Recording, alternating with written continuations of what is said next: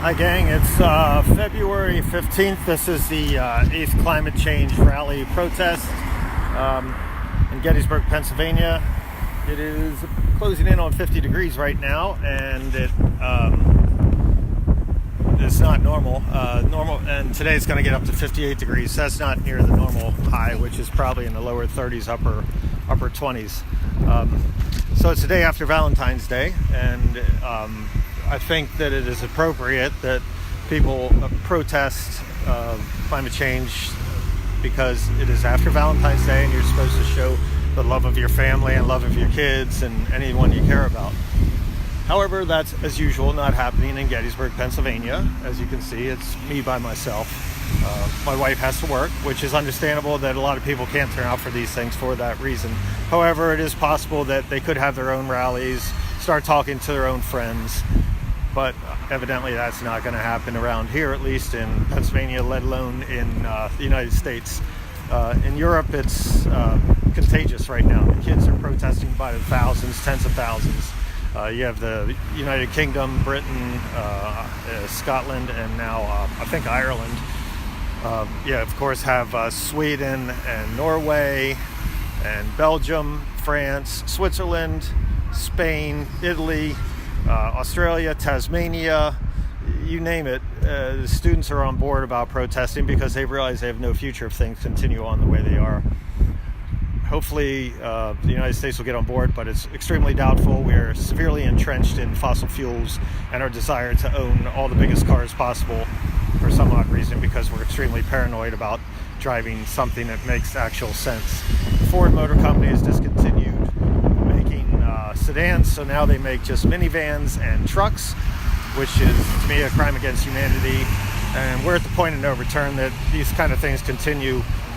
It's going to be severe impact as it is already, but it's going to be severe to the point of no return that we won't ever be able to get this back. And then you think people are upset now in Europe, they're going to be really upset in the United States once they start to recognize, especially this summer, that things are spiraling out of control. I fully expect this summer to be a barn burner for someone in the United States. I'm talking like 105, 110 degrees, severe drought, and then severe downburst flooding, because climate change is not just about drought. It's also about water vapor in the atmosphere, and you get these giant deluges. Like you can get 10 inches in 6 hours, something like that, and cause massive flooding or more. You get hurricanes that'll dump 40 inches because it'll sit and spin. There seems to be no jet stream anymore. It is pretty well shot. The Arctic, the reason behind that is the Arctic is the thickest part of the Arctic right now is 1 meter thick, which is 3 feet thick. This summer it should be a blue water event, which will cause the jet stream to even become more erratic, with the center of cold shifting over to Greenland instead of the North Pole. Norway is also, by personality in that they sold 1/3 of their cars last year were electric cars, yet the government's engaging in doing copper mining in the Arctic now.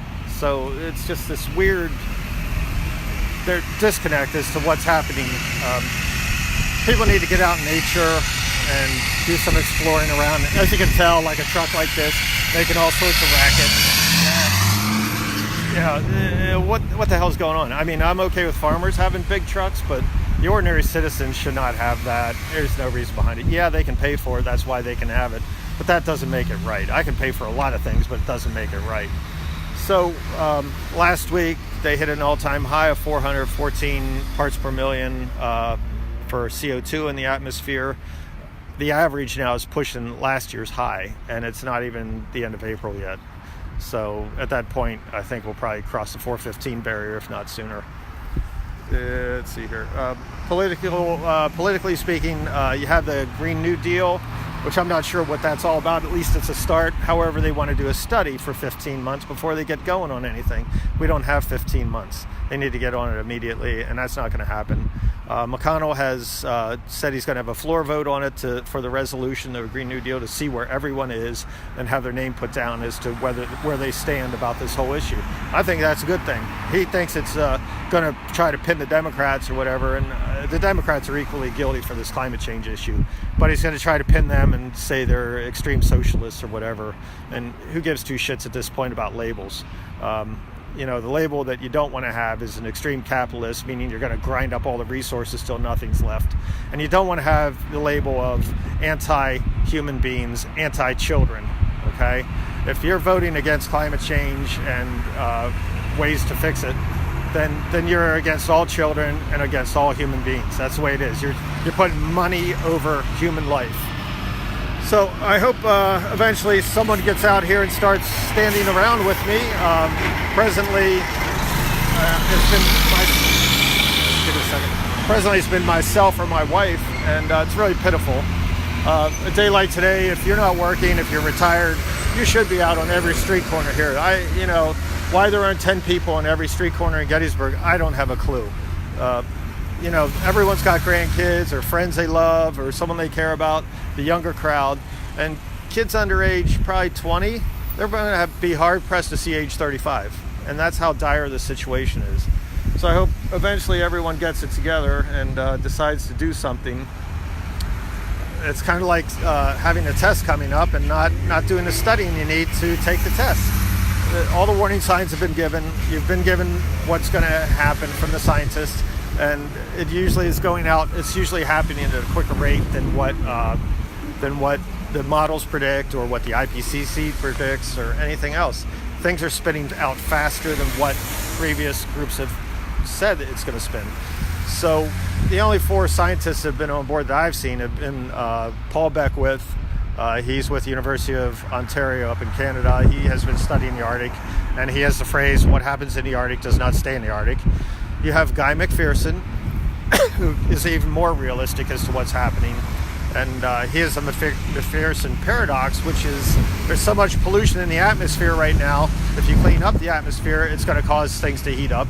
And if you don't clean it up, you're going to have even more heating due to not taking care of climate change to begin with. So you have Paul Beckwith, Guy McPherson, then you have Peter Wadhams, who has spent approximately 50 years up in the Arctic studying the ice thickness and all. And originally he thought, things were going to be okay, but lately the last 2 or 3 YouTube videos of his have come to the realization that we are in big trouble as far as a society. And he said, basically like Paul Beckwith, once the Arctic sea ice goes, then humanity is in deep trouble to survive. Fourth scientist is Kevin Anderson. He does excellent videos. He does excellent videos on YouTube, and you might want to check him out as well. I'm trying to post my videos on Facebook and YouTube, so hopefully people will review it. My name's Jim McHenry from Gettysburg, Pennsylvania, and you can look it under climate change, or better yet, it's under my name, Jim McHenry, McHenry. So good luck to you all. I'm not just out here for me, I'm out here for you, and you need to get out here for you and your family and anyone you care about, and even people you don't care about or know. I'm not just out here for my family or child or anything like that. I'm out here for everyone else.